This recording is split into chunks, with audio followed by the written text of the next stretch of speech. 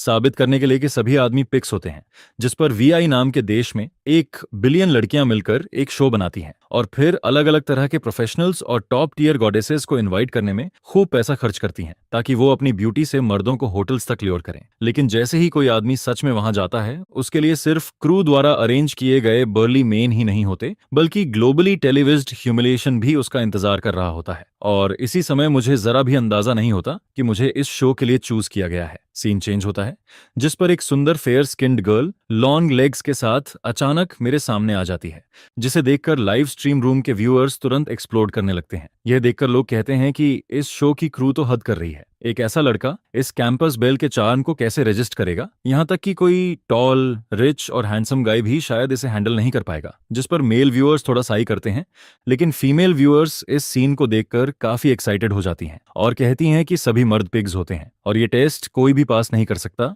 और ये लड़का तो पहली नजर में ही लूजर लग रहा है। इसके बाद लाइव स्ट्रीम में कमेंट्स और भी तेजी से स्पैम होने लगते हैं, लेकिन मुझे इस सबका बिल्कुल भी अंदाजा नहीं होता। मैं बस सामने खड़ी स्कैंटली क्लैड लड़की को फ्राउन करते हुए ऑब्जर्व करता रहता हूँ, जिस पर वो कहती है, बिग ब्रदर हेलो, मेरा नाम शिया बिंग बिंग है। सॉरी आपको डिस्टर्ब कर रही हूँ, लेकिन मैंने अपने दोस्तों से एक गेम हार दिया है, तो क्या आप मेरी जगह एक बॉटल बियर चेक कर सकते हैं? और अगर आप मेरी हेल्प करोगे तो बाद में आप मुझसे एक छोटा सा रिक्वेस्ट कर सकते हो, मैं वो जरूर पूरा करूंगी। यह सुनकर मैं उसे फिर से ऑब्जर्व करता हूँ, जिस पर मैं अंदर से टेम्पर्ड तो होता हूँ, लेकिन मेरा सबकॉन्शियस मुझे वार्न करता है कि ये लड़की ठीक नहीं है, क्योंकि कोई भी नॉर्मल इंसान ऐसे अचानक किसी से ड्रिंक करने को नहीं कहता और ऊपर से कंडीशन भी एक्सेप्ट करता है। मैं अभी मना करने ही वाला होता हूँ कि तभी अचानक मेरे दिमाग में नोटिफिकेशन साउंड बजती है। कंग्रेचुलेशंस होस्ट, आपने god tier selection system awaken कर लिया है। करंट सिचुएशन के अनुसार चॉइस करें। ऑप्शन 1 एग्री करें और लेचर का टाइटल पाएं। ऑप्शन 2 रिफ्यूज करें और सामने वाले को स्कॉल्ड करें, जिससे आपको स्टार्टिंग रिवॉर्ड में 1 मिलियन मिलेगा। यह सुनकर मैं थोड़ा डेज्ड हो जाता हूँ,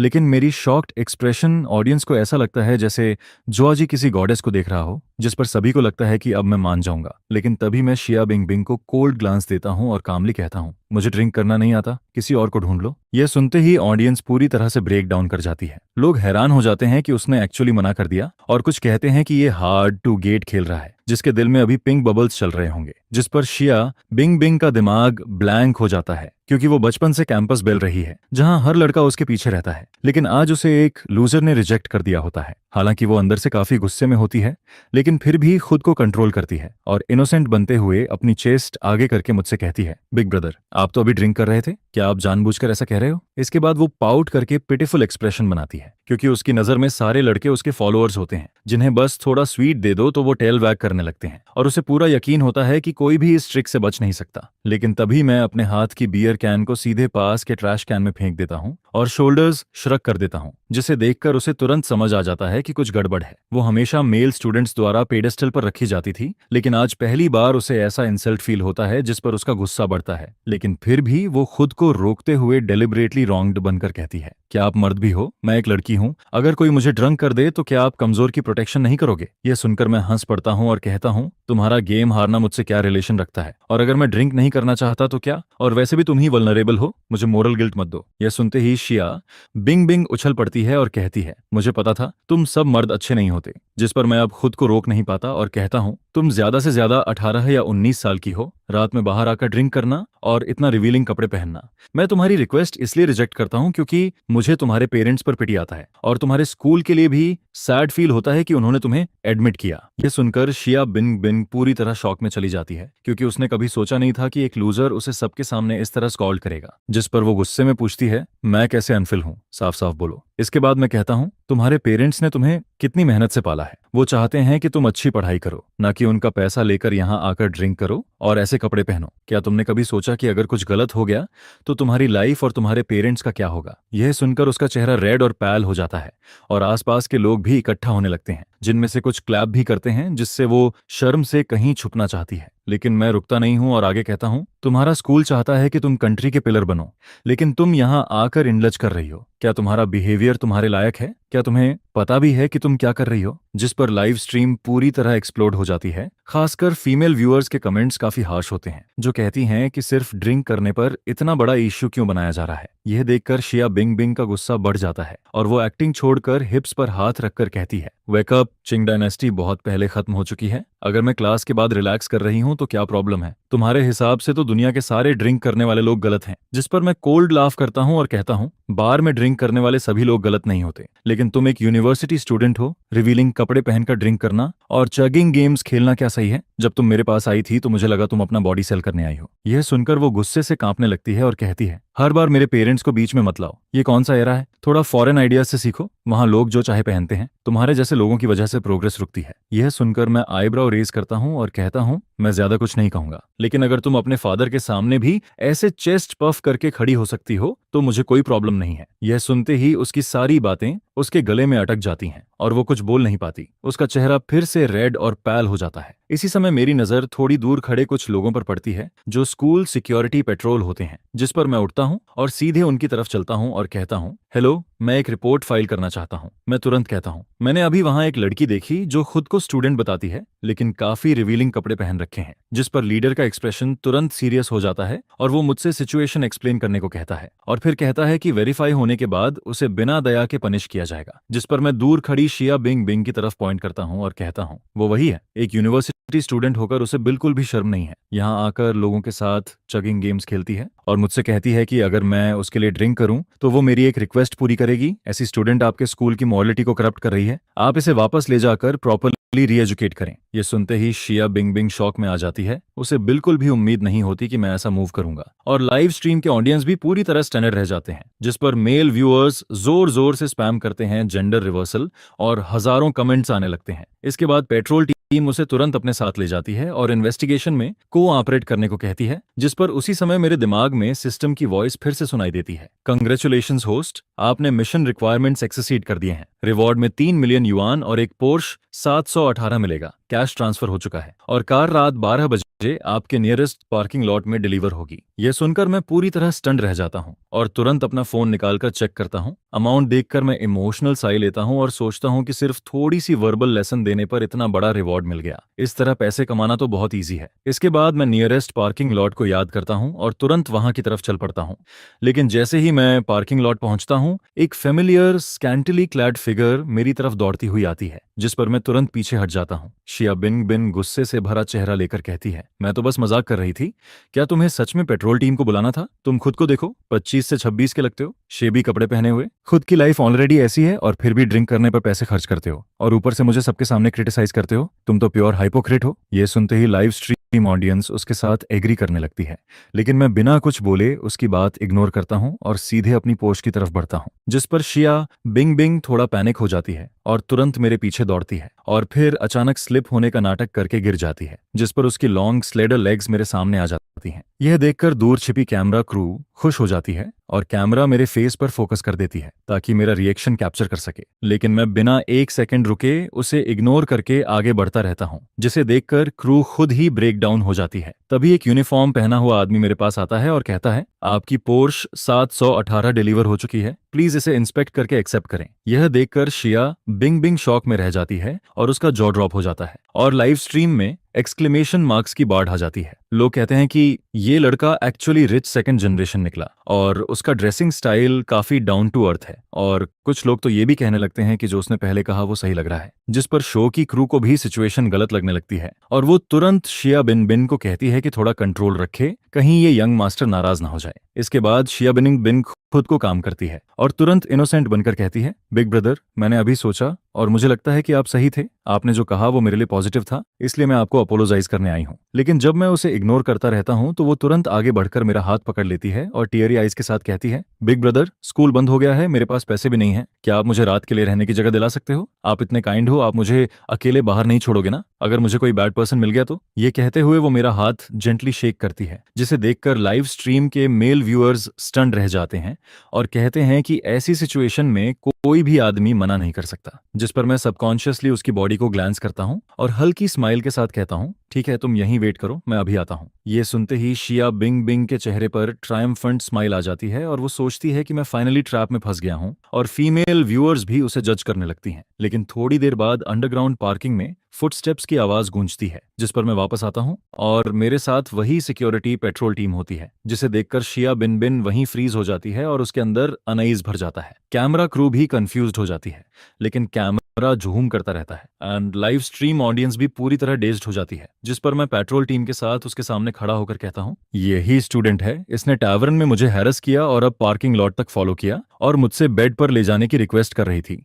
इसकी डिसेंस का क्या हुआ? इसे स्ट्रिक्टली इन्वेस्टिगेट करें और प्रॉपरली री एडुकेट करें। ये स्टूडेंट लगती ही नहीं है। यह सुनते ही शिया बिंग बिंग बिजली गिरने जैसा शॉक फील करती है। उसकी आंखें पूरी तरह वाइड हो जाती हैं और वो डिसबिलीफ में सब देखती रह जाती है। जिस पर लाइव स्ट्रीम ऑडियंस फिर से एक्सप्लोड हो जाती है और लोग कहते हैं कि ये आदमी सच में इम्प्रेसिव है, और कुछ लोग उसे लेजेंड तक कहने लगते हैं, जबकि सब शिया बिंग बिंग के चेहरे को देखते हैं जो अब ग्रीन और पैल होता जा रहा है। जिस पर लोग हैरानी से कहते हैं कि क्या वो सच में ये सोच रही थी कि ये उस पर मूव करेगा, और फिर यही रिजल्ट निकलता है, जिसे देखकर सब बोलते हैं कि अगर वो होते तो शर्म से कहीं छुप जाते या किसी दूसरे प्लैनेट पर जाकर रहने लगते। इस समय शिया बिंग बिंग भी सिचुएशन की सीरियसनेस समझने लगती है और उसका एक्सप्रेशन काफी अगली हो जाता है। जिस पर मैं फिर से बोलना शुरू करता हूँ, तुम एक स्टूडेंट हो, रात में रिवीलिंग कपड़े पहनकर बाहर ड्रिंक करने जाती हो, ऊपर से चगिंग गेम्स खेलती हो, और अब एक अजनबी आदमी से कहती हो कि तुम्हारे पास रहने की जगह नहीं है। सच में कोई शर्म नहीं है तुम्हें? तुम्हारे जैसे लोगों की वजह से इनोसेंट लड़कियों पर भी गलत शक किया जाता है। क्या तुम्हें सेल्फ रिस्पेक्ट और सेल्फ लव का मतलब भी पता है? तुम्हारी सारी पढ़ाई क्या बेकार गई है? यह सुनकर पेट्रोल टीम के मेंबर्स भी अंदर से फ्राउन करने लगते हैं, क्योंकि अभी थोड़ी देर पहले ही उन्होंने उसे पब्लिक में पकड़ा था, जो ऑलरेडी स्कूल के लिए शर्म की बात थी। लेकिन उनके सुपीरियर के कॉल की वजह से उन्हें उसे छोड़ना पड़ा था।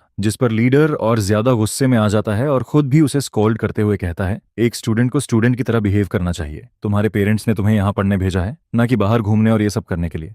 जल्दी से इस आदमी को थैंक यू बोलो। आज तुम लकी हो कि तुम्हें ये मिला, वरना कोई और होता तो तुम्हें कार में डालकर ले जाता और तुम्हारी पूरी लाइफ खत्म हो जाती। यह सुनकर शिया बिन बिन सिर झुका लेती है, एक हाथ से अपनी कॉलर कवर करती है और दूसरे से स्कर्ट नीचे खींचती है और फिर धीरे से मुझे थैंक यू कहती है। लेकिन अंदर ही अंदर वो मेरे पूरे खानदान को गालियां दे रही होती है, जिस पर मैं समझ जाता हूं कि वो अंदर से कन्विंस्ड नहीं है, और सोचता हूं कि ये पहली बार नहीं है, बल्कि ये लड़की पहले भी ऐसा कर चुकी है, इसलिए इसे लेसन सिखाना जरूरी है। इसके बाद मैं गहरी सांस लेता हूं और पेट्रोल टीम की तरफ ग्लेयर करते हुए कहता हूं, आपका स्कूल अपने स्टूडेंट्स को आखिर सिखाता क्या है? क्या कोई एडमिशन स्टैंडर्ड नहीं है? अगर ये बात बाहर गई तो सिर्फ यही नहीं, पूरा स्कूल बदनाम होगा, और अगर आज कुछ गलत हो जाता तो पेरेंट्स को क्या जवाब देते?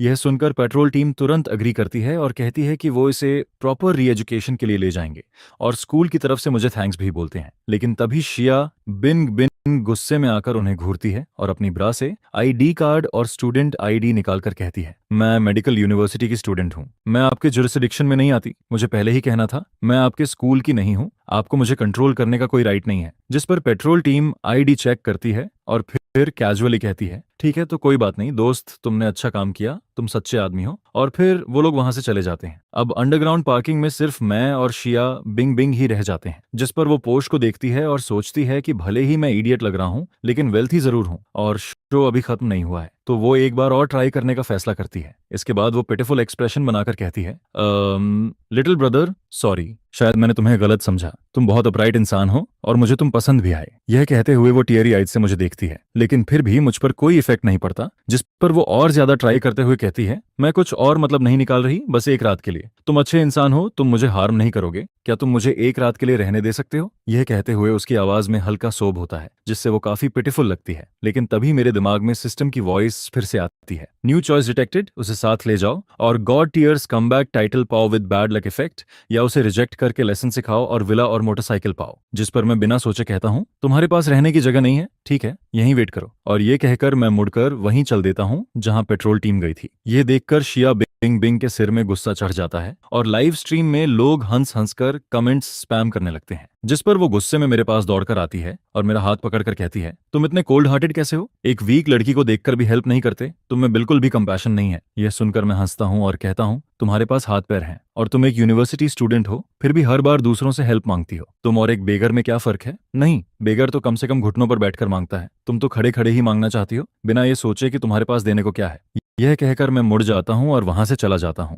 जिस पर उसी समय सिस्टम की वॉइस आती है कि 500 मीटर का विला और मोटरसाइकिल मेरे मेरे अकाउंट में ऐड हो चुकी है। यह सुनकर शिया बिंग बिंग गुस्से से भर जाती है और कहती है, ड्रामा बंद करो। अगर तुम्हारे पास पैसे नहीं है तो सीधा बोलो। तुम्हारी हालत देखकर लग रहा है कि वो कार भी तुमने रेंट की थी। तुम गरीब और चीप हो और बिल्कुल स्कमबैग हो। लेकिन मैं उसे पूरी तरह इग्नोर करता हूं और मैसेज के अनुसार आगे बढ़ता हूं और थोड़ी देर में एक प्राइवेट एलिवेटर के सामने रुक जाता हूं, जिस पर शिया बिन बिन भी समझ जाती है कि ये शांग युन याकशी का प्राइवेट एलिवेटर है और मुझे मॉक करते हुए कहती है, ये गरीब फिर एक्टिंग कर रहा है। इसे पता भी है ये जगह क्या है? ये शांग युन याकशी का प्राइवेट एलिवेटर है। क्या तुम यहीं रहते हो? दूर खड़ी फिल्म क्रू भी हंसने लगती है और कहती है कि इस एलिवेटर में जाने के लिए फिंगरप्रिंट और फेस रिकॉग्निशन चाहिए और गार्ड्स भी हैं। आज ये पिटेगा जरूर। लेकिन मैं बिना कुछ बोले आगे बढ़ता हूं, जिस पर एलिवेटर डोर अपने आप खुल जाता है और गार्ड्स मुझे रिस्पेक्ट के साथ वेलकम करते हैं, वेलकम होम सर, और मैं अंदर चला जाता हूं।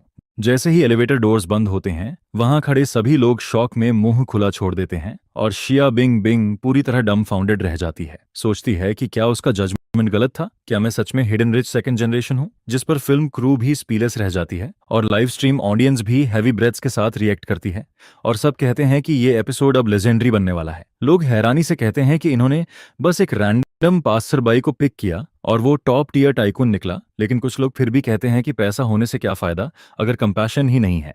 जैसे कि उन्होंने खुद भी यहाँ विला में पहले रह लिया हो, तो इसमें खास क्या है? इस समय शिया बिन बिन थोड़ा फ्लस्टर्ड हो जाती है और जल्दी से अपना माइक बंद करके फिल्म क्रू से कांटेक्ट करती है। ये बहुत एम्बैरेसिंग हो गया है, अब मैं क्या करूं? मेरी इमेज पूरी खराब होने वाली है, इसकी जिम्मेदारी तुम्हें लेनी पड़ेगी। जिस पर डायरेक्टर भी शॉक्ड होता है लेकिन उसे काम करते हुए कहता है, पैनिक मत करो, हमारे शो की व्यूअरशिप मिलियंस में पहुंच चुकी है और प्रिंसिपल याद रखो। ये सुनकर शिया बिन बिन खुद को काम करती है, क्योंकि इस शो का रूल यही है कि दुनिया में कोई भी मर्द अच्छा नहीं होता और अगर होता भी है तो प्रोडक्शन टीम उसे एक्सपोज करने का तरीका ढूंढ लेती है। जिस पर वो मेरे बारे में सोचते हुए टीथ ग्रिट करती है और मन ही मन कहती है, इसने मुझे डिसरिस्पेक्ट कैसे किया? अब मैं इसकी रेपुटेशन खत्म करके रहूंगी। मैं कोई आसान टारगेट नहीं हूं। इसके बाद वो कैमरा के सामने वापस अपनी स्वीट इमेज बनाकर खड़ी हो जाती है और एक्साइटेड टोन में व्यूअर्स को ग्रीट करती है। तभी डायरेक्टर उसे एक टैबलेट देता है, जिसे देखकर वो फेक सरप्राइज दिखाती है और कहती है, मुझे यकीन नहीं हो रहा कि इस जेंटलमैन की आइडेंटिटी एक्चुअली, और जानबूझकर सस्पेंस क्रिएट करती है। फिर वो टैबलेट सबको दिखाती है, जिस पर मेरी पर्सनल इन्फॉर्मेशन होती है,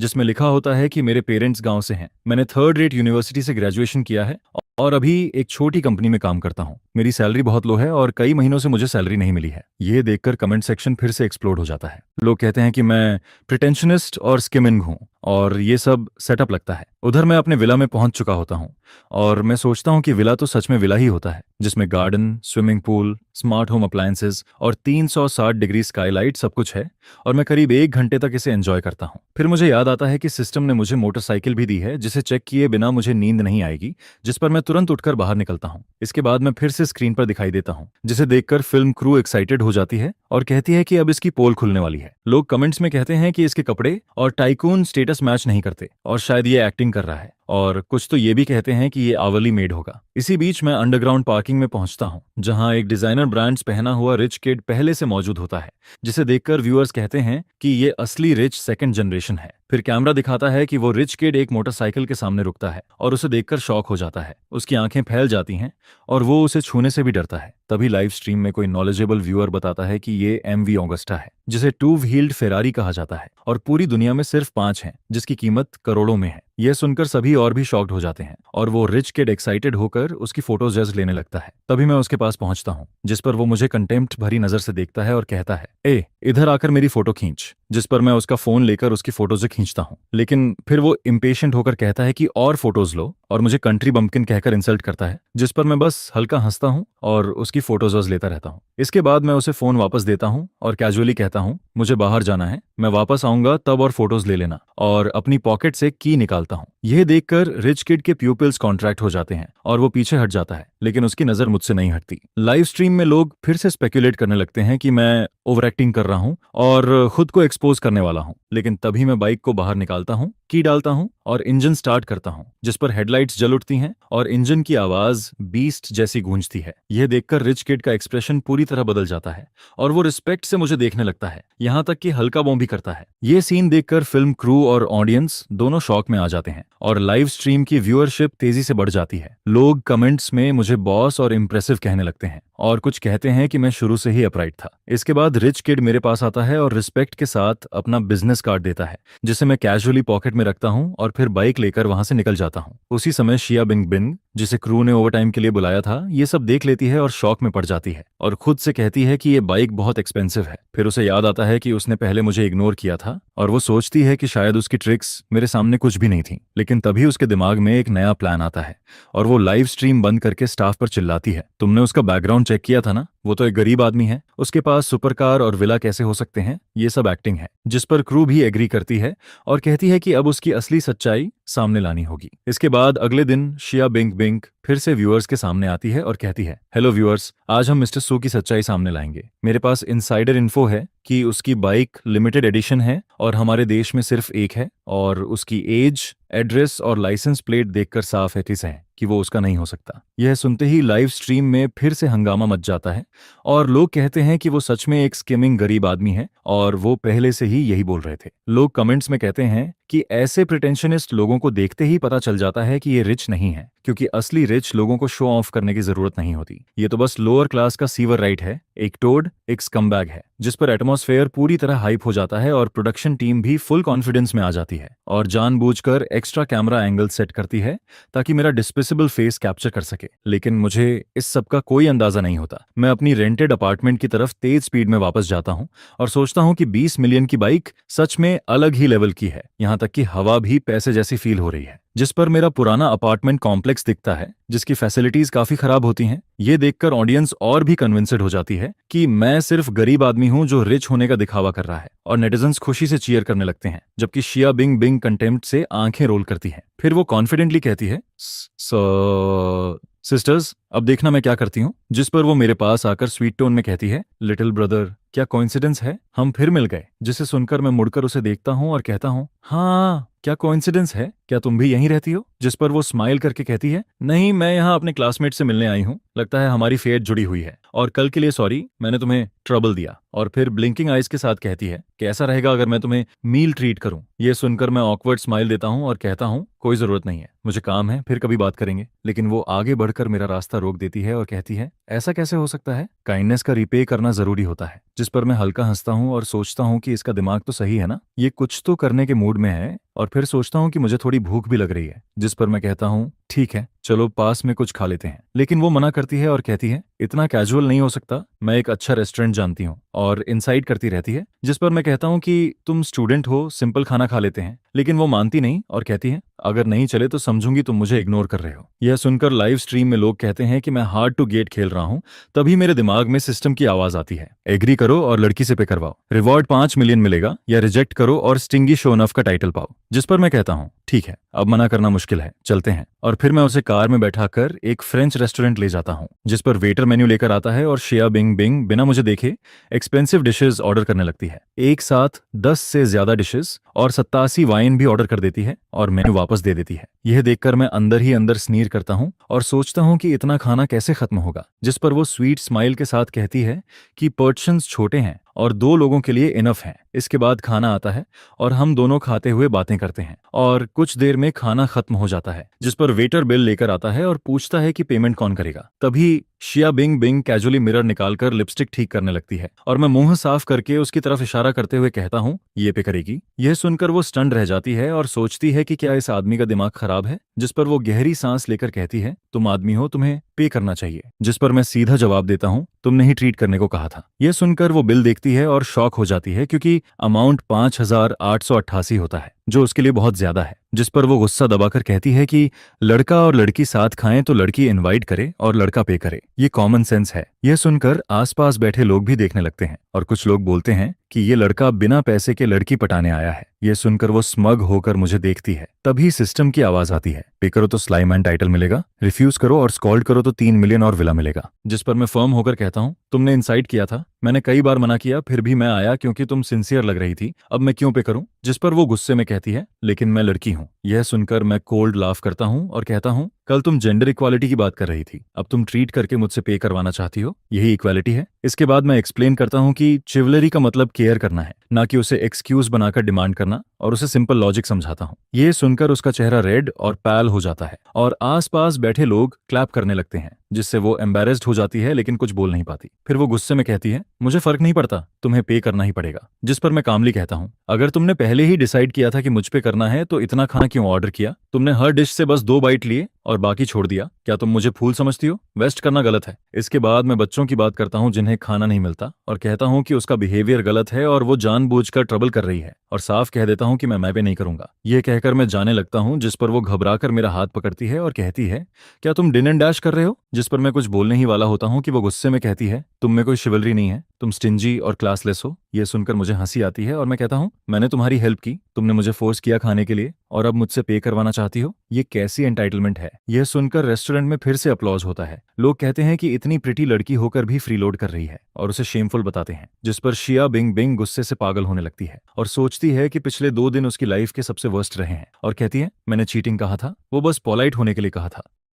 जिस पर वो गुस्से में कहती है, क्या तुमने सच में ये बिलीव कर लिया? तुम्हारे जैसे इंसान को पूरी जिंदगी कोई गर्लफ्रेंड नहीं मिलेगी? ये सुनते ही वो इतना गुस्से में आ जाती है कि मुझे स्लैप करने के लिए हाथ उठाती है, लेकिन मैं तुरंत उसका रिस्ट पकड़ लेता हूँ और कहता हूँ, गलती करना एक बात है, लेकिन सुधारने की जगह तुम मारने आ रही हो। क्या तुम्हें ये बेसिक प्रिंसिपल भी नहीं पता कि जो इन्वाइट करता है वही पे करता है? या फिर तुम्हें पैदा करते वक्त तुम्हारी माँ ने तुम्हें छोड़कर कुछ और ही पाल लिया था? मेरे ये कहते ही सिस्टम की आवाज गूंजती है, कंग्रेचुलेशंस होस्ट, आपने एस रैंक अचीव किया है, रिवॉर्ड में 10 मिलियन और एक लॉटरी चांस मिलेगा। जिस पर शिया बिंग बिंग अब पूरी तरह कंट्रोल खो देती है और बिना कुछ सोचे मुझे गालियां देने लगती है। वो कहती है, तुम खुद को क्या समझते हो? रेंटेड कार लेकर एटीट्यूड दिखाते हो, वो मोटरसाइकिल भी शायद कहीं से चोरी की होगी, और तुम जैसे आदमी को देखकर मुझे घिन आती है। ये देखकर फिल्म क्रू भी गुस्से से भर जाती है। डायरेक्टर तो स्क्रिप्ट फेंककर मुझे मारने के लिए आगे बढ़ता है, लेकिन उसका असिस्टेंट उसे रोकता है और कहता है कि एक स्कमबैग के लिए इतना रिएक्ट करना सही नहीं है। जिस पर डायरेक्टर खुद को कंट्रोल करता है और तुरंत स्क्रिप्ट चेंज करके होस्ट से कहलवाता है, डियर व्यूअर्स, अब तक आप समझ गए होंगे कि मिस्टर सू कैसा इंसान है। फेक आइडेंटिटी, इलीगल व्हीकल और पब्लिक में लोगों को इंसल्ट करना, हम किसी अच्छे इंसान को गलत नहीं समझेंगे और किसी बुरे को छोड़ेंगे भी नहीं। थोड़ी देर में सच्चाई सामने आएगी। यह ब्रॉडकास्ट होते ही पूरे इंटरनेट पर डिबेट शुरू हो जाती है। लोग कहते हैं कि इसे पकड़ो, ये सभी मर्दों के लिए शर्म की बात है, और कुछ लोग तो रियल लाइफ में सबक सिखाने की बात करने लगते हैं। जिस पर शो के इफेक्ट के लिए डायरेक्टर मेरी सारी इन्फॉर्मेशन स्क्रीन पर डाल देता है, लेकिन तभी अचानक एक पॉपअप आता है, ऑनर ऑफ शांग्युन याक्शुआनविला सुफान, जिसे देखकर होस्ट शॉक में आ जाता है और कहता है कि ये कैसे पॉसिबल है। तभी एक स्टाफ दौड़कर आता है और कहता है, डायरेक्टर, हमने कार की इन्फो चेक की, ये सुफान को हेडक्वार्टर्स के सीईओ ने गिफ्ट की थी। ये सुनते ही डायरेक्टर का दिमाग ब्लैंक हो जाता है और वो बुदबुदाता है कि वो गरीब दिखने वाला आदमी एक्चुअली सुपर हिडन टाइकून है। ये देखकर रिकॉर्डिंग रूम के सभी लोग शॉक में आ जाते हैं और लाइव स्ट्रीम ऑडियंस भी स्टन्ड रह जाती है। लोग कहते हैं कि वो तो क्लाउन बन गए और कुछ इसे इम्पॉसिबल बताते हैं। कुछ देर बाद प्रोडक्शन टीम अपनी गलती समझती है और तुरंत नैरेटिव बदलती है, और होस्ट कहता है कि अगर वो इतना रिच है तो इतना लोग की बिहेव क्यों करता है और अचानक गुस्सा क्यों होता है? जरूर इसके पीछे कोई सीक्रेट होगा। यह सुनकर फीमेल व्यूअर्स फिर से रिएक्ट करती हैं और कहती हैं कि अगर वो इतना रिच है तो मील के टाइम बिंग बिंग से पे क्यों करवाया, और उसे सेल्फिश और कैलकुलेटिंग कहती हैं। हालांकि दूसरी तरफ कई लोग कहते हैं कि मैंने कुछ गलत नहीं किया, और इंटरनेट पर वीडियोस भी फैलने लगते हैं जिनमें दिखता है कि शिया बिंग बिंग ही मुझे डेलिबरेटली सडूस कर रही थी और वेस्ट कर रही थी, जिससे प्रोडक्शन टीम की रेप्यूटेशन गिरने लगती है। जिस पर डायरेक्टर फिर से पैनिक होकर इमरजेंसी मीटिंग बुलाता है और कहता है कि दुनिया में कोई भी पूरी तरह अच्छा आदमी नहीं होता, रिच लोग तो और भी बुरे होते हैं और किसी भी तरह उसे एक्सपोज करना होगा। उधर शिया बिंग बिंग भी गुस्से में कहती है, सुफान, चाहे तुम्हारे पास कितना भी पैसा हो, मैं तुम्हें कंकूर करके रहूंगी। और इसके बाद वो मुझे सीक्रेटली फॉलो करती है, लेकिन मैं उसे इग्नोर करता रहता हूँ। फिर मैं अपना बैंक बैलेंस चेक करता हूँ और लंबी अमाउंट देखकर खुद ही हैरान हो जाता हूँ और याद करता हूँ कि मेरे पास लॉटरी चांस भी है। जिस पर मैं सिस्टम ओपन करके ड्रॉ करता हूँ, जिस पर सिस्टम अनाउंस करता है, grand prize restaurant dining reward, आप सिटी में कहीं भी 5 लाख खर्च करो और वो रेस्टोरेंट आपका हो जाएगा और खर्च किया गया पैसा 10 गुना रिफंड होगा। यह सुनकर मैं खुद शॉक्ड हो जाता हूँ और सोचता हूँ कि ये तो जैकपॉट है। तभी पीछे से एक फेमिलियर आवाज आती है, सुफान, क्या ये तुम हो? जिस पर मैं मुड़कर देखता हूँ और एक एलिगेंट वुमन को खड़ा पाता हूँ जो मेरी हाई स्कूल टीचर छिन शुइंग होती है। मैं उसे ग्रीट करता हूँ और पूछता हूँ कि वो कैसी है, जिस पर वो हल्का साई लेकर बताती है कि फैमिली ने ब्लाइंड डेट फिक्स की थी लेकिन उसे रिजेक्ट कर दिया गया और वो थोड़ी अपसेट लगती है। जिस पर मैं उसे कंफर्ट करता हूँ और कहता हूँ कि वो बहुत ब्यूटीफुल और जेंटल है और उसे बेटर पर्सन मिलेगा। ये सुनकर वो स्माइल करती है और मुझे ओल्ड डेज याद दिलाती है। फिर हम कुछ देर बात करते हैं, लेकिन अचानक उसका स्टमक ग्रोल करता है जिससे वो एम्बैरेस्ड हो जाती है और कहती है कि वो ठीक से खा नहीं पाई थी। जिस पर मैं तुरंत कहता हूँ ये तो कोइंसिडेंस है, मैं भी खाना खाने जा रहा था, चलिए मैं ट्रीट करता हूँ। और वो एग्री कर लेती है। यह देखकर शिया बिंग बिंग दूर से कोल्ड लाफ करती है और सोचती है कि मैं उसे किसी चीप डिनर में ले जाऊंगा। लेकिन मैं किन शुइंग को सिटी के ओनली 3 स्टार मिशेलिन रेस्टोरेंट में ले जाता हूँ जहां वैलेट कार पार्क करता है। और किन शुइंग थोड़ा हेजिटेट करती है क्योंकि जगह एक्सपेंसिव लगती है। जिस पर मैं कहता हूँ टीचर इतने समय बाद मिले हैं, आज खुलकर खाइए, और उसे अंदर ले जाता हूँ। यह देखकर शिया बिन बिन गुस्से से भर जाती है और कहती है मेरे साथ चीप डिनर और इसके साथ लग्जरी प्लेस, ये आदमी सच में चीप और हार्टलेस है। जिस पर वो गुस्से में कहती है तुम चैन से नहीं मरोगे। और इसके बाद मैं और क्विन शुइंग आराम से खाना खा लेते हैं और बिल ठीक 5 लाख आता है। जिस पर मैं बिना एक्सप्रेशन बदले सीधे कार्ड स्वाइप कर देता हूँ और तुरंत सिस्टम की आवाज आती है रिवॉर्ड इशूड, अब ये रेस्टोरेंट ऑफिशियली तुम्हारी एसेट बन गया है। इसके बाद हम दोनों वहां से निकल जाते हैं और पीछे से प्रोडक्शन टीम के लोग तुरंत फ्रंट डेस्क पर जाकर बिल पूछते हैं क्या 5 लाख एक मील का। ये सुनकर वो और भी गुस्से में आ जाते हैं और मुझे चीपकेट कहते हैं कि मैंने किसी और पर इतना पैसा क्यों खर्च किया। जिस पर वेटर थोड़ी हिचकिचाहट के साथ कहता है सॉरी, मिस्टर सू इस रेस्टोरेंट के ओनर हैं। यह सुनते ही शिया बिन बिन जोर से चिल्ला पड़ती है क्या ये रेस्टोरेंट इसका है। और पूरी प्रोडक्शन टीम डम्बफाउंडेड रह जाती है। लेकिन लाइव स्ट्रीम में कुछ लोग फिर भी कहते हैं कि अपने ही रेस्टोरेंट में खाने का क्या मतलब, इसमें खर्च तो होता ही नहीं, और मुझे चीप ही कहते रहते हैं। और कुछ तो ये भी कहते हैं कि मुझे ओल्डर विमेन पसंद है। जिस पर प्रोडक्शन टीम गलत समझ लेती है कि मुझे मैच्योर विमेन पसंद है और अगले ही दिन एक मैच्योर और चार्मिंग वुमन मुवान वान को मेरे सामने लाया जाता है। सुबह लाइव स्ट्रीम में ममू वान वान खुद को इंट्रोड्यूस करती है और कहती है कि वो एक ट्यूटर है और मेरे बिहेवियर को प्रोफेशनली एनालाइज करेगी। जिसे सुनकर मेल व्यूअर्स सही करते हैं कि अब मैं बच नहीं पाऊंगा, जबकि फीमेल व्यूअर्स एक्साइटेड हो जाती हैं। जिस पर मू वान वान अंदर ही अंदर कनिंग स्माइल देती है और सोचती है कि वो मुझे पूरी तरह स्कैम करके छोड़ेगी। इसके बाद वो एक लैम्बोर्गिनी में मेरे पास आती है, जिसे देखकर व्यूअर्स उसे रियल रिच वुमन समझते हैं, लेकिन असल में वो कार उसके एक्स बॉयफ्रेंड से बोरो की हुई होती है। फिर वो एक्टिंग शुरू करती है, कार विंडो खोलकर चेस्ट पकड़कर ग्रोन करती है हेल्प हेल्प। उसकी आवाज इतनी सॉफ्ट और टेम्पिंग होती है कि सुनकर लोग इमेजिनेशन में खो जाते हैं।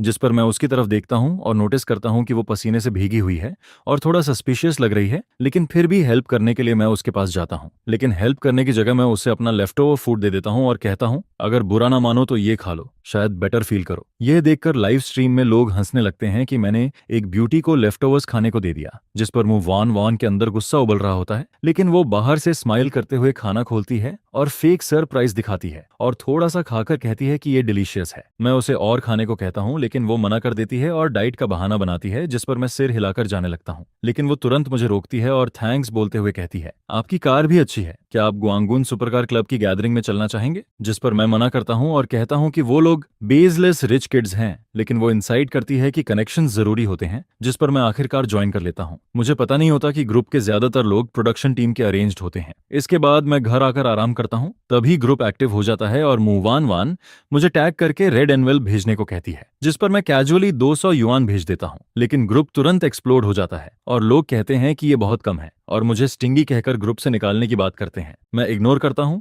और फोन बंद करने ही वाला होता हूं कि कॉल आता है जीतन ब्रोदर फैन 200 बहुत कम है, कम से कम 10,000 होना चाहिए। तभी सिस्टम की आवाज आती है एग्री करो तो फुल टाइटल और 100 रिवॉर्ड, रिफ्यूज करो तो 20 मिलियन रिवॉर्ड मिलेगा। जिस पर मैं बिना सोचे कहता हूं तुम मुझे फूल समझते हो क्या, ऊपर से कॉल करके फोर्स कर रहे हो, तुम्हारा दिमाग खराब है या मेरा। यह सुनकर मुवान वान शॉक हो जाती है और सोचती है कि मैं पागल हो गया हूं, लेकिन फिर भी हंसकर बात संभालने की कोशिश करती है। जिस पर मैं कहता हूं जॉक तभी होता है जब दोनों साइड्स हंसें। मुझे समझ नहीं आता ये रिच किड्स हैं या बेगर्स, इवन अगर जेड एम्परर भी हो तो मैं 200 से ज्यादा नहीं दूंगा, और फोन काट देता हूं। इसके बाद मुंह वान वान इंसल्ट होने के बाद भी मुझे अगले दिन पार्टी के लिए इनवाइट करती है और मैं सोचता हूं कि इससे मिशंस मिलते हैं, इसलिए मैं फाइनली हाँ कर देता हूं। लेकिन अचानक अगली ही सुबह वह सीधे मेरी कार में घुस आता है। जिस पर वह जल्दी से बोलता है ब्रोदर फैन चलो रिच किड्स गैदरिंग में चलते हैं। फिर वह मुझे ऊपर से नीचे तक देखता है, जिस पर आगे कहता है तुम लग्जरी कार ड्राइव करते हो, फिर भी ऐसे कपड़े पहनकर क्यों आए हो। अगर बाद में सिक्योरिटी गार्ड्स तुम्हें रोक लेते हैं तो मैं तुम्हारी मदद नहीं करूंगा। यह सुनकर मैं हल्की सी ठंडी हंसी हंसता हूं और फिर उसकी तरफ देखते हुए कहता हूं कपड़े क्या होते हैं, बस कुछ कपड़े के टुकड़े जो बॉडी को कवर करते हैं। क्या क्राउन पहन लेने से कोई प्रिंसेस बन जाता है और कसाया पहन लेने से बुद्ध बन जाता है। फिर मैं थोड़ा रुककर कहता हूं अगर वो लोग सिर्फ मेरे ड्रेसिंग की वजह से मेरे साथ एसोसिएट नहीं होना चाहते तो मुझे भी ऐसे रिच किड्स के साथ एसोसिएट होने की जरूरत नहीं है। जिस पर मुआन वान कुछ पल के लिए चुप रह जाती है, जैसे उसके पास कोई जवाब ही नहीं होता, और अंदर ही अंदर सोचती है कि इसके कपड़े तो एम्बैरेसिंग हैं ही, लेकिन इसका मुंह उससे भी ज्यादा शार्प है और ये आदमी सच में अलग लेवल का है। इसके बाद वह जबरदस्ती स्माइल करती है और काफी पॉलिटली मुझसे अपोलोगाइज करती है, जिस पर मैं अनिच्छा से उसके साथ क्लब की तरफ चल देता हूँ। फिर जैसे ही हम क्लब पहुंचते हैं, वहां लग्जरी कार्स की लाइन लगी होती है और पूरा डेकोर बहुत ही एक्सट्रावेगेंट दिख रहा होता है, जिस पर अंदर मौजूद लोग भी बहुत एलिगेंट तरीके से ड्रेस्ड होते हैं। और जैसे ही वो लोग बोलना शुरू करते हैं, उनकी बातें सीधे टेंस ऑफ बिलियंस के बिजनेस डील्स पर चल रही होती हैं। लेकिन न जाने क्यों मुझे उनके जेस्चर्स और एक्शंस थोड़ा अजीब और मिसमैच लगते हैं, जिस पर मैं सोच ही रहा होता हूँ कि यहाँ से निकल जाऊं या नहीं। तभी ग्रुप लीडर ली वेई वेई अचानक खड़ा होता है और बोलता है, मुझे याद है हमारे क्लब का एक रूल है कि नए मेंबर को सबको ट्रीट देना पड़ता है। वह अपनी बात पूरी करता उससे पहले ही कोई और बीच में बोल पड़ता है, राइट राइट, सही कहा, ऐसा रूल तो है। फिर वह आगे कहता है, न्यूकमर को शैंगडुआन में ट्रीट देना होगा, जहां पर पर्सन एवरेज 50,000 का खर्च आता है। तो क्या ब्रदर फैन ये स्पेंड करने को रेडी है? जिस पर बाकी लोग जोर जोर से चिल्लाने लगते हैं, ट्रीट अस, और धीरे धीरे ऑलमोस्ट सब लोग इसमें शामिल हो जाते हैं। यह देखकर मेरी आंखें ठंडी हो जाती हैं और मेरे होंठों पर हल्की सी स्माइल आ जाती है। तभी अचानक मेरे दिमाग में सिस्टम की आवाज गूंजती है, selection system successfully activated. Agree करने पर अब तक के एक्यूमुलेटेड पॉइंट्स खत्म हो जाएंगे और उसी हिसाब से रिवॉर्ड्स मिलेंगे। रिफ्यूज करने पर पॉइंट्स कंटिन्यू एक्यूमुलेट होंगे और स्पेशल रिवॉर्ड मिलने का चांस रहेगा, जिसमें 3 बिलियन का लग्जरी होटल और उसका परमानेंट यूसेज राइट्स शामिल है। यह सुनते ही मैं अंदर ही अंदर फैसला करता हूं और फिर सबकी तरफ देखते हुए ठंडे लहजे में कहता हूं, मुझसे ट्रीट मांग रहे हो? क्या तुम लोग इसके लायक हो? यह सुनकर वहां मौजूद सभी लोग शॉक हो जाते हैं, खासकर मुआन वान, जो मुझे पूरी तरह कंफ्यूज्ड नजरों से देखती है और कहती है, ब्रोदर फैन, ये क्लब का रूल है, जो भी ज्वाइन करता है उसे करना पड़ता है। जिस पर मैं गहरी सांस लेता हूं और उसकी तरफ देखते हुए कहता हूं, पहले तुमने वैग तरीके से मुझे सडूस किया, फिर ग्रुप में मुझसे 10,000 युआन का रेड एनवेल्प दिलवाया और अब मुझे यहाँ लाकर एक ही बार में 50,000 पर पर्सन वाली जगह पर ट्रीट देने को कह रही हो। फिर मैं आसपास देखता हूं और कहता हूं, मैंने रफ कैलकुलेशन किया, यहाँ करीब 20 लोग हैं, तो क्या तुम्हें लगता है मैं कोई रिच आइडियट हूँ? यह सुनकर मुआन वान थोड़ा गुस्सा हो जाती है और उसका चेहरा कभी लाल तो कभी पीला पड़ने लगता है, जिस पर ग्रुप लीडर ली वेई वेई आगे बढ़ता है और भौहें चढ़ाकर कहता है, सुफान, तुम वान से ऐसे कैसे बात कर सकते हो? उसने तुम्हारे लिए अपॉर्चुनिटी क्रिएट की है और अगर तुम अप्रिशिएट नहीं करते तो कोई बात नहीं। फिर वह आगे बोलता है, हमारी बातें hundreds of millions, tens of billions के बिजनेस डील्स की होती हैं। क्या हमें तुम्हारे थोड़े से पैसे स्कैम करने की जरूरत है? जिस पर बाकी लोग भी बोलने लगते हैं, सही कहा, हम तुम्हारे साथ हैंग आउट करने को तैयार हैं। तुम्हें तो अमिताभा झपकर थैंक्स बोलना चाहिए। और फिर कोई कहता है, मैं खुद हंड्रेड्स ऑफ मिलियंस का बिजनेस करता हूँ, क्या मैं यहाँ 50,000 युआन के लिए स्कैम करने आया हूँ? मजाक कर रहे हो क्या? इन सब की बातों के बावजूद मेरा एक्सप्रेशन बिल्कुल नहीं बदलता और मैं शांत तरीके से कहता हूँ, अगर तुम सब इतने ही रिच हो तो 10,000 युआन के रेड एनवेलप पर बार्गेन क्यों कर रहे थे और अब 50,000 पर पर्सन के मील के लिए इतना ड्रामा क्यों? फिर मैं हल्की हंसी के साथ कहता हूँ, मुझे तो तुम सब बस अपने पेरेंट्स के पैसे पर ऐश करने वाले लोग लगते हो, जो मुझे रिच फूल समझकर ट्रैप कर रहे हो। क्या तुम्हें लगता है मैं ये सब नहीं समझ सकता? तुम लोग सच में स्कम हो, शेमलेस फ्लाइज जो सिर्फ पैसे के पीछे भाग रहे हैं। यह कहकर मैं मुड़ता हूँ और वहां से निकल जाता हूँ, जिस पर मेरी ये बातें वहां मौजूद सभी लोगों के गुस्से को भड़का देती हैं और वो चिल्लाने लगते हैं, गरीब और कंजूस, फिर भी दिखावा करता है, इसे छोड़ना मत। जिसके बाद मुआन वान बहुत एम्बैरेस्ड फील करती है और जल्दी जल्दी मेरे पीछे भागती है। लेकिन जैसे ही वह डोर खोलती है, सामने एक फेमिलियर पर्सन खड़ा दिखता है और वह कोई और नहीं बल्कि लिन चेन होता है, जिसने मुझे पहले शांग युन याशी में बिजनेस कार्ड दिया था और वह ग्वांग लुन क्लब का रियल मेंबर भी होता है। उसे देखते ही वहां मौजूद सभी लोग चौंक जाते हैं और तुरंत उसे रिस्पेक्ट देने लगते हैं। यंग मास्टर लिन चेन, आपका यहाँ आना हमारे लिए ऑनर है, प्लीज अंदर आइए। फिर कोई और बोलता है, ब्रोदर लिन, यहाँ बैठिए, अगर खाना पसंद ना आए तो तुरंत बदल देंगे। लेकिन लिन चेन इन सबको इग्नोर करता है और सीधे मेरी तरफ आता है, जिस पर वह रिस्पेक्टफुली कहता है, ब्रोदर फैन, इन्हें माइंड मत करो, मैं आपको ऊपर ले चलता हूँ, हमारा गुआंग लून क्लब भी यहीं गैदरिंग कर रहा है। उसका एटीट्यूड देखकर मैं मान जाता हूँ और उसके साथ ऊपर चला जाता हूँ। फिर जैसे ही हम टॉप फ्लोर पर पहुंचते हैं, वह जगह बिल्कुल अलग दुनिया जैसी लगती है, जहां गार्डन्स, लॉन्स, हेलीपैड और स्विम सूट्स में ब्यूटीफुल गर्ल सर्विस दे रही होती हैं और वहां मौजूद लोग बहुत लो की लेकिन नोबल ऑरा के साथ बातें कर रहे होते हैं, जिसे देखकर साफ समझ आता है कि ये ही असली रिच लोग हैं। जिस पर लिन चेन मुस्कुराते हुए सबको इंट्रोड्यूस करता है, ये है मिस्टर सू, जिनके बारे में मैंने बताया था और ये मेरे सेम विला कॉम्प्लेक्स में रहते हैं। नीचे पार्किंग में जो एमवी ऑगुस्टा है वो इनकी है। यह सुनते ही सभी लोग चौंक जाते हैं और कोई कहता है, अभी नीचे मैं सोच रहा था कि काश उस कार के ओनर से मिल पाता, और यहाँ तो उनसे मुलाकात हो गई। फिर कोई और एक्साइटेड होकर कहता है, अगर पता होता आप आ रहे हैं तो मैं अपनी खराब कार लेकर नहीं आता। वो एमवी ऑगुस्टा तो मेरा ड्रीम है, अगर एक राइड मिल जाए तो मैं खुशी से सो भी नहीं पाऊंगा। यह सुनकर मैं हल्की स्माइल देता हूँ और कहता हूँ, अरे नहीं, ये तो बस मेरी लक है, आप सबसे मिलना मेरे लिए ऑनर है। और जहां तक उस एमवी ऑगस्टा की बात है, वो तो एक स्मॉल इलेक्ट्रिक स्कूटर जितनी कंफर्टेबल भी नहीं है। अगर आपको पसंद है तो कुछ दिन के लिए ले जाकर चला सकते हैं। यह कहकर मैं कैजुअली की टेबल पर रख देता हूँ,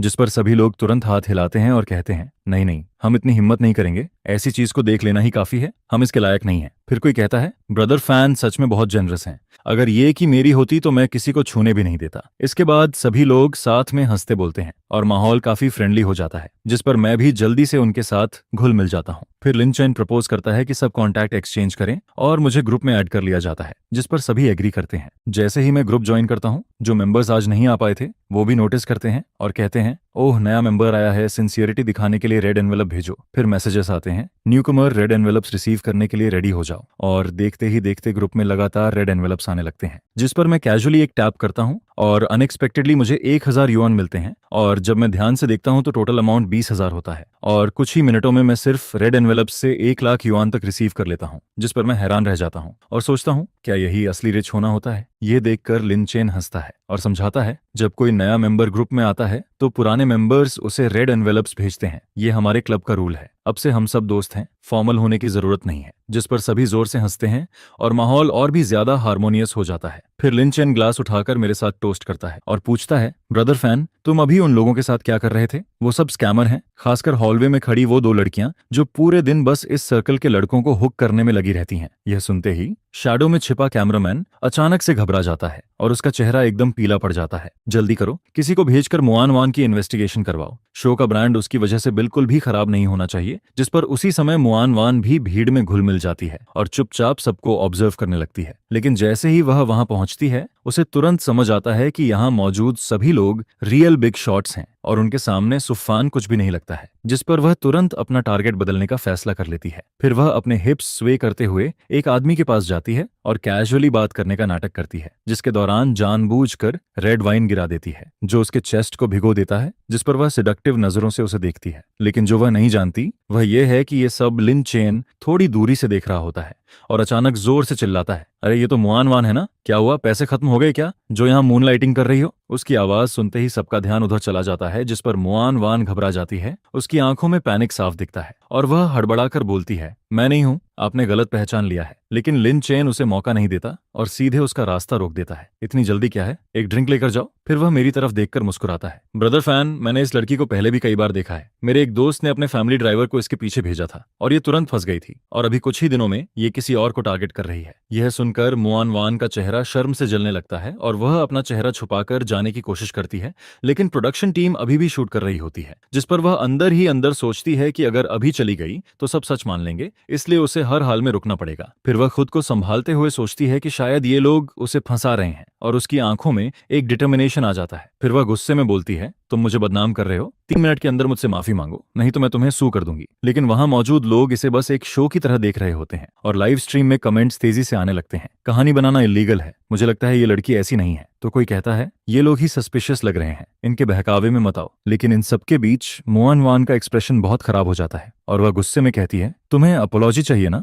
मैं अभी पुलिस को कॉल करती हूँ, बस इंतजार करो। जिस पर लिन चेन हाथ उठाकर कहता है, जरूरत नहीं, तुम्हें प्रूफ चाहिए ना, और फिर वह अपना फोन निकालकर कॉल करता है, शाओजिंग ऊपर आओ। कुछ ही देर में एलिवेटर से डींग की आवाज आती है और एक सूट पहने आदमी बाहर आता है, जिसे देखते ही मुआन वान का चेहरा एकदम पीला पड़ जाता है, क्योंकि वह सच में वही ड्राइवर होता है। लिन चेन स्मर्क करता है और शाओ जेंग से पूछता है, क्या तुम इसे जानते हो? जिस पर वह तुरंत जवाब देता है, हाँ, मैं इसे अच्छी तरह जानता हूँ, इसके इनर थाई पर मोल है। ये सुनते ही लाइव स्ट्रीम में लोग शॉक हो जाते हैं और कमेंट्स फ्लड होने लगते हैं, ये तो सच निकला, जो लोग इसे फेक कह रहे थे अब कहाँ गए, ये तो हंसी से मार डालेगा, इतनी गोल्ड डिगिंग भी कोई करता है क्या? वहीं दूसरी तरफ मुआन वन शर्म और गुस्से से जल रही होती है और सोचती है कि दूसरों द्वारा ट्रिक होना एक बात है, लेकिन अब उसे खुद को संभालना होगा। फिर वह कहती है, तुम लोग जैसे भी हो, मैं मानती हूँ कि पैसों की वजह से मुझसे गलती हुई, लेकिन अगर मैं अपनी गलती सुधार लूं तो मैं अभी भी एक अच्छी लड़की हूँ। तभी सिस्टम की आवाज आती है, सिलेक्शन सिस्टम सक्सेसफुली एक्टिवेटेड। अगर तुम इसके शब्दों से एग्री करते हो तो 1 मिलियन डिडक्ट होगा, अगर डिसएग्री करके इसे लेक्चर देते हो तो 10 मिलियन रिवॉर्ड मिलेगा। यह सुनकर मैं उसकी तरफ देखता हूँ और उसकी एरोगेंट एटीट्यूड पर हंसने का मन करता है। फिर मैं ठंडे लहजे में कहता हूँ, अच्छी लड़कियों का नाम खराब मत करो। रियल अच्छी लड़कियां तुम्हारी तरह नहीं होती, जो एक पल इसको फ्लर्ट करती हैं और दूसरे पल किसी और को। अगर तुम्हें कोई बीमारी नहीं है तो ठीक है, लेकिन अगर है तो तुम सोसाइटी को नुकसान पहुंचा रही हो, ये समझती हो? यह सुनते ही लाइव स्ट्रीम में लोग भड़क जाते हैं और कमेंट्स आने लगते हैं, ये आदमी पागल है क्या? वो बस थोड़ा ज्यादा लोगों को पसंद करती है, इसमें इतना क्या? ये तो घिनौना है, ये रिच किड्स भी कुछ अच्छे नहीं लगते। वहीं कुछ लोग सपोर्ट में भी बोलते हैं, ट्रिगर हो गया क्या? तुम लकी हो कि पुलिस नहीं बुलाई गई, नहीं तो पता चलता कौन अंदर जाता। जिस पर शो के जनरल डायरेक्टर लिन श्वान राहत की सांस लेती है और सोचती है कि अब शो को हॉट टॉपिक मिल गया है और बाद में मॉनवान को काउंटर अटैक करने देगी, जिससे रेटिंग्स एक्सप्लोड कर जाएंगी। वहीं होस्ट यूलन खुलकर कहती है, हमने हाई सैलरी पर मूवान वान को इनवाइट किया है, जो कई लिस्टेड कंपनीज की ओनर है, फिर भी मिस्टर सू ने उन्हें इस हालत में पहुंचा दिया। सच में शॉकिंग है। यह सुनकर लाइव स्ट्रीम का माहौल बदल जाता है और ज्यादातर लोग मुझे स्कमबैग कहने लगते हैं। हालांकि कुछ लोग अभी भी मुआन वान की आइडेंटिटी पर डाउट करते हैं, जिस पर योलन आगे कहती है, बिग डेटा झूठ नहीं बोलता, हम जल्द ही उनकी रियल आइडेंटिटी रिवील करेंगे, जुड़े रहिए। लेकिन तभी अचानक कोई ऑफिस में घुसता है और घबराकर कहता है, बॉस बुरा हो गया, ये मुआन वान फेक सोशलिट है। किसी ने इसकी कई फोटोज निकाली हैं जहां ये पैसों के लिए लोगों के साथ सो रही है और कुछ साल पहले इसे एक आदमी की वाइफ ने सड़क पर पकड़कर पीटा भी था। ये सुनते ही लिन शुआन गुस्से से कांपने लगती है और कहती है, बस करो, तुरंत मुआन वान को हटा दो, इसकी असली आइडेंटिटी बाहर नहीं आनी चाहिए, नहीं तो शो बर्बाद हो जाएगा। लेकिन उसकी बात खत्म होते ही एक और स्टाफ घबराकर आता है, सिस्टर लिन जल्दी कमेंट सेक्शन देखिए, जिस पर वह तुरंत स्क्रीन देखती है जहां लोग लिख रहे होते हैं, प्रोडक्शन टीम को ऐसे ट्रैश लोग ही मिलते हैं। ये लड़की पैसे वालों को देखते ही पीछे पड़ जाती है, फिर भी दूसरों को जज करती है। यह सब देखकर होस्ट यूलन अंदर से टूट जाती है, लेकिन फिर भी खुद को संभाल कर बोलती है, डियर व्यूअर्स, हमने अभी मुआन वान की आइडेंटिटी वेरीफाई की है और कुछ इनकंसिस्टेंसीज पाई हैं। हमारी टीम तुरंत इसे रिरेक्ट करेगी, हम सिंसियरली अपोलोगाइज करते हैं। यह कहकर वह 90 डिग्री झुक जाती है, जिस पर मुआन वान की सच्चाई सामने आते ही वह पूरी तरह टूट जाती है और चुपचाप वहां से निकल जाती है। इसके बाद मैं रिच किड्स के साथ गोल्फ कोर्स की तरफ जाता हूं, जहां पहुंचकर लिन चेन अपने कुछ और फ्रेंड्स को बुलाता है और जैसे ही वे मेरी एमवी ऑगस्टा देखते हैं, वे एक्साइटेड हो जाते हैं और तुरंत फोटोज लेकर अपने मोमेंट्स पर डाल देते हैं, जिस पर पूरे सर्कल में बात फैल जाती है। और जैसे ही लोगों को पता चलता है कि कार ओनर गोल्फ कोर्स पर है, वे अपने सारे प्लान्स कैंसिल करके यहाँ आने लगते हैं और देखते ही देखते वहां 100 से ज्यादा लोग इकट्ठा हो जाते हैं जो मुझसे मिलना चाहते हैं। यह देखकर लिन चेन भी थोड़ा ऑकवर्ड फील करता है, जिस पर मैं सिचुएशन को देखकर कहता हूँ, यहाँ बहुत भीड़ हो गई है, चलो मेरे प्लेस चलते हैं। ये सुनकर लिन चेन थोड़ा हेजिटेट करता है, इतने सारे लोग हैं, शायद कन्वीनियंट नहीं होगा। जिस पर मैं हल्का स्मर्क करता हूँ और कहता हूँ, तुम क्या सोच रहे हो, मैं अपने प्राइवेट गोल्फ कोर्स की बात कर रहा हूँ। यह सुनते ही सब लोग चौंक जाते हैं और थोड़े क्यूरियस भी हो जाते हैं। वहीं लाइव स्ट्रीम में लोग फिर से कमेंट्स करने लगते हैं, ये फिर शो ऑफ कर रहा है, इस बार जरूर बेइज्जती होगी। लेकिन इन सब के बीच मेरा एक्सप्रेशन बिल्कुल काम रहता है और मैं पास में खड़े जिनशा होटल की तरफ इशारा करता हूँ और कहता हूँ, वो होटल दिख रहा है कितना बड़ा है। यह सुनते ही सब लोग शॉक हो जाते हैं और कोई बोल पड़ता है, डैम, ब्रदर फैन तो सच में नेक्स्ट लेवल है, इतनी फाइनेंशियल पावर, सच में एमवी ऑगस्टा का ओनर अलग ही लेवल का होता है। फिर कोई बोलता है, मुझे पहले ही सोचना चाहिए था, वहां एक बहुत बड़ा स्विमिंग पूल भी है, हम इतने सारे लोग मिलकर पूल पार्टी कर सकते हैं और बहुत मजा आएगा। फिर वो आगे कहता है, मैं बहुत सारे यंग मॉडल्स को जानता हूँ, मैं गारंटी देता हूँ कि तुम सब सेटिस्फाई हो जाओगे। यह सुनकर सबकी आंखों में एक्साइटमेंट दिखने लगता है, जिस पर मैं हल्की हेल्पलेस स्माइल देता हूँ और कहता हूँ, अभी तो हम गोल्फ खेलने वाले थे ना। मेरी ये बात सुनकर सब थोड़े कंफ्यूज्ड हो जाते हैं,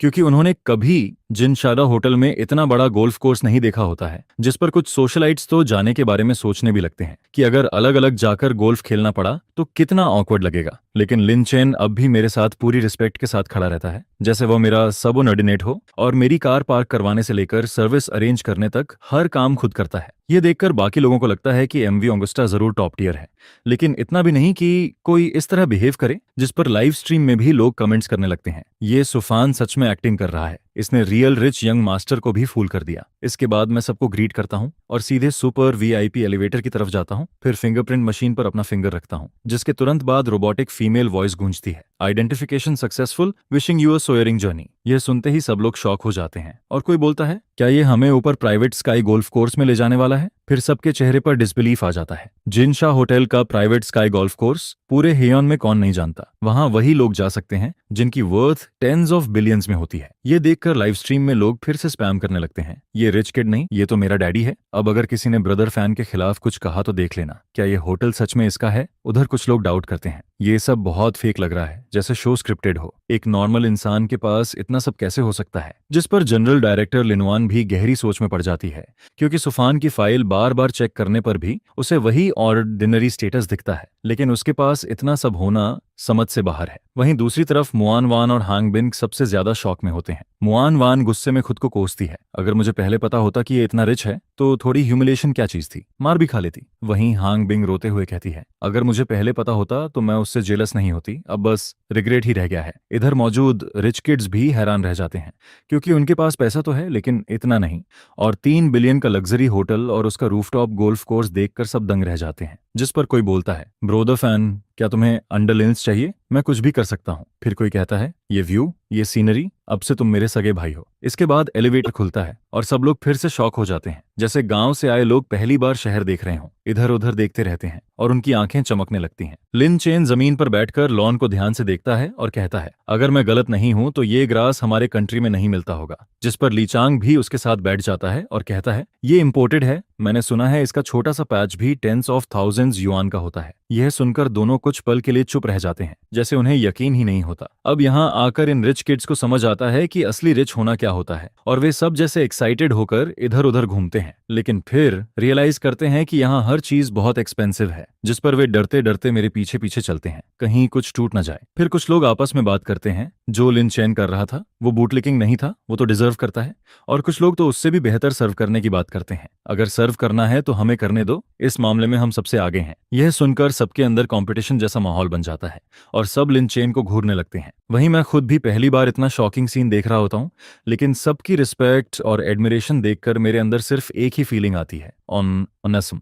लेकिन बाहर से मैं बिल्कुल काम रहता हूँ। फिर मैं कहता हूँ, सब लोग रिलैक्स करो, जैसे नॉर्मली खेलते हो वैसे खेलो, हम सब दोस्त हैं। यह सुनते ही सब लोग अलग अलग डायरेक्शन में फैल जाते हैं और तुरंत फोन्स निकालकर फोटोज एंड वीडियोस लेने लगते हैं, क्योंकि लिन चेन मेरे करीब होता है। बाकी रिच किड्स इनडायरेक्टली उससे मेरे बारे में पूछने की कोशिश करते हैं, जिस पर वह थोड़ा एटीट्यूड में आकर कहता है, ये ट्रिक मुझ पर मत चलाओ, अगर बैकग्राउंड जानना है तो पहले अपनी औकात देखो, मैं तुम्हें यहाँ लेकर आया वही काफी है, मेरे फ्रेंड के सामने मुझे एम्बैरस मत करना। ये सुनकर सब शांत हो जाते हैं और कोई ज्यादा आगे नहीं बढ़ता। इसके बाद गोल्फ खेलने का मेन मोमेंट शुरू होता है, और मैंने कभी गोल्फ खेला नहीं होता, बस टीवी पर देखा होता है। लेकिन जैसे ही मैं खेलता हूँ, आसपास से नाइस शॉट की आवाजें आने लगती हैं, जिस पर मुझे समझ आता है कि अगर स्टेटस हो तो खराब परफॉर्मेंस भी लोग प्राइज करते हैं। यही पैसे का पावर है। उधर प्रोडक्शन टीम तीसरे चैलेंजर के बारे में डिस्कस कर रही होती है, और उन्हें मुझसे कोई डर नहीं लगता, बल्कि वे सोचते हैं कि अगर मेरा असली चेहरा एक्सपोज हो जाए तो वे मुझे थ्रेटन करके पैसे भी कमा सकते हैं। जनरल डायरेक्टर लिनवान तो यह मान चुकी होती है कि इस दुनिया में कोई अच्छा आदमी होता ही नहीं। फिर वे एक नई लड़की चूज करते हैं जिसका नाम शेन क्विंग यिन होता है, जो कंट्री साइड से आई होती है, अपने दम पर टॉप यूनिवर्सिटी में पहुंची होती है और डबल डॉक्टरेट भी कर चुकी होती है। और सबसे खास बात, उसके बारे में कोई गलत रूमर नहीं होता। इस समय शेन क्विंग यिन मुस्कुरा रही होती है, क्योंकि उसने पिछले सारे एपिसोड्स देखे होते हैं और उसे पहले के चैलेंजर्स के तरीके बहुत चीप लगते हैं, जिस पर वह सोचती है कि वह उनसे अलग तरीके से काम करेगी। इसके बाद सीन चेंज होता है और रूफटॉप गोल्फ कोर्स पर कुछ देर खेलने के बाद मुझे बोरिंग लगने लगता है, जिस पर मैं एक्सक्यूज बनाकर नीचे अकेले टहलने चला जाता हूँ। जैसे ही मैं नीचे आता हूँ, शेन क्विंग यिन की नजर मुझ पर पड़ती है, जो होटल के एंट्रेंस पर अपनी कंपनी के प्रोडक्ट के फ्लायर्स बांट रही होती है और पसीने से भीगी हुई होती है। उसकी मेहनत और डिटर्मिनेशन के साथ साथ उसकी कमजोरी भी दिखती है, जिसे देखकर किसी को भी सिंपैथी फील हो सकती है। जिस पर शेन क्विंग यिन मुझे अपनी तरफ आते देख अंदर ही अंदर खुश होती है और सोचती है, रिच मैन को हार्डवर्किंग गर्ल्स पसंद होती हैं। अब देखती हूँ सुफान को कैसे हैंडल करती हूँ। हालांकि उसके हाथ रुकते नहीं हैं, और जैसे ही मैं उसके पास से गुजरता हूँ, वह मेरे हाथ में फ्लायर थमा देती है और जानबूझकर अपने चेहरे का पसीना पोंछते हुए मुझे देखती है। हेलो सर, आप एक बार देख सकते हैं? लेकिन मैं उसे इग्नोर करता हूँ और मुड़कर जाने लगता हूँ। यह देखकर शेन क्विंग यिन थोड़ा फ्राउन करती है और सोचती है, ये तो रिएक्ट ही नहीं कर रहा, अब सीरियस होना पड़ेगा। फिर वह अचानक जमीन पर गिर जाती है, जिस पर सिस्टम की आवाज आती है, सिलेक्शन सिस्टम सिनारियो एक्टिवेटेड। अगर तुम उसकी मदद करते हो तो गुड पर्सन कार्ड मिलेगा, अगर मना करके उसका ट्रिक एक्सपोज करते हो तो 50 मिलियन रिवॉर्ड मिलेगा। यह सुनते ही मेरी आंखें चमक उठती हैं और मैं मन ही मन कहता हूँ, लगता है फिर से काम आ गया। जैसे ही शेन क्विंग यिन गिरने ही वाली होती है, मैं तुरंत उसका हाथ पकड़ लेता हूँ और उसी वक्त अपना फोन निकालकर कॉल कर देता हूँ, जिस पर लाइव स्ट्रीम के ऑडियंस तुरंत रिएक्ट करने लगते हैं। लो, आ गया मोमेंट, ये फंस गया।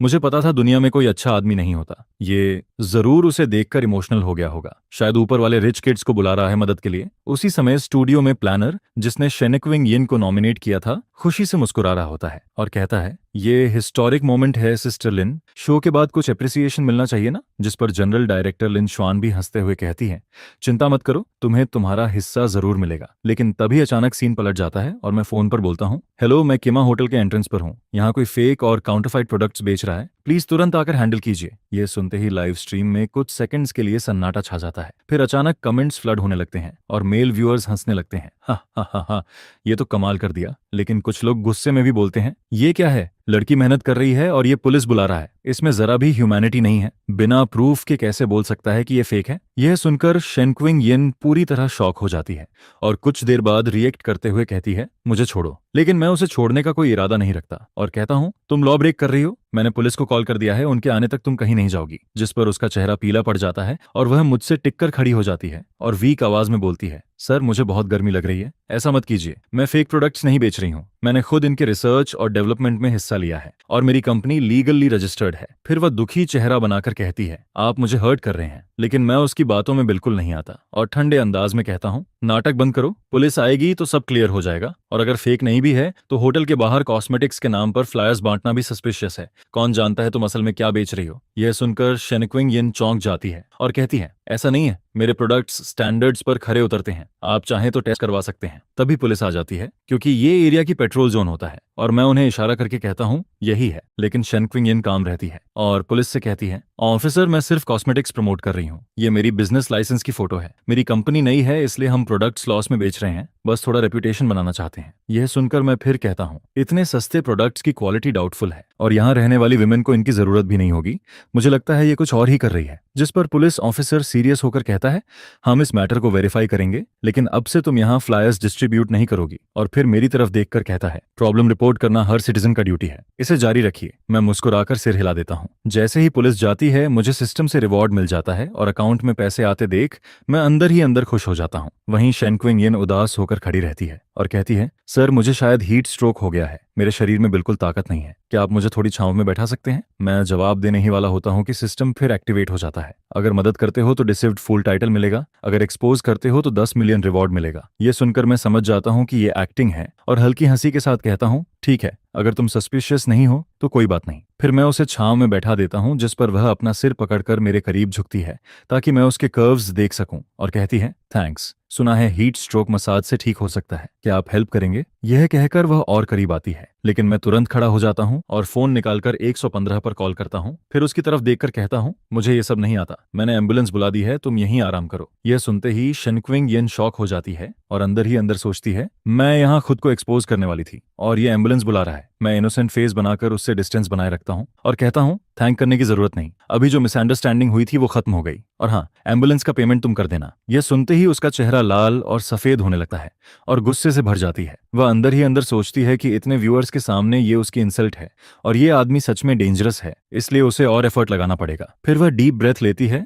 और अपनी आंखों में आंसू लाकर रोने लगती है। सर मेरे सारे पैसे स्टार्टअप में लग गए हैं, मेरे पास अभी एम्बुलेंस देने के लिए पैसे नहीं है। फिर वह रोते हुए अपनी कहानी बताने लगती है, मैं एक लड़की हूँ, फैमिली की जरूरतों के लिए मुझे खुद बिजनेस शुरू करना पड़ा। मैं रोज देर रात तक काम करती हूँ, सुबह जल्दी उठती हूँ, इतना काम करती हूँ कि थककर टूट जाती हूँ, बेस्ट प्रोडक्ट बनाने की कोशिश करती हूँ और सस्ता बेचती हूँ, इसलिए मेरे पास पैसे नहीं बचते। उसकी आवाज कांप रही होती है और उसका शरीर हल्का हल्का कांप रहा होता है, लेकिन मैं उसे बिना ज्यादा रिएक्शन दिए देखता रहता हूँ। यह देखकर वह और जोर से रोने लगती है, सर क्या आप मेरी मदद कर सकते हैं। तभी सिस्टम फिर एक्टिवेट होता है। अगर मदद करते हो तो स्ट्रॉन्गेस्ट डिसिव्ड फुल टाइटल मिलेगा और फाइनेंशियल लॉस होगा। अगर मना करके उसकी साइकोलॉजिकल डिफेंस तोड़ते हो तो 80 मिलियन रिवॉर्ड मिलेगा और एस रैंक पर एक्स्ट्रा रिवॉर्ड मिलेगा। यह सुनकर मैं मुस्कुराता हूँ और सोचता हूँ कि अगर सिस्टम नहीं होता तो शायद मैं उसकी एक्टिंग समझ ही नहीं पाता।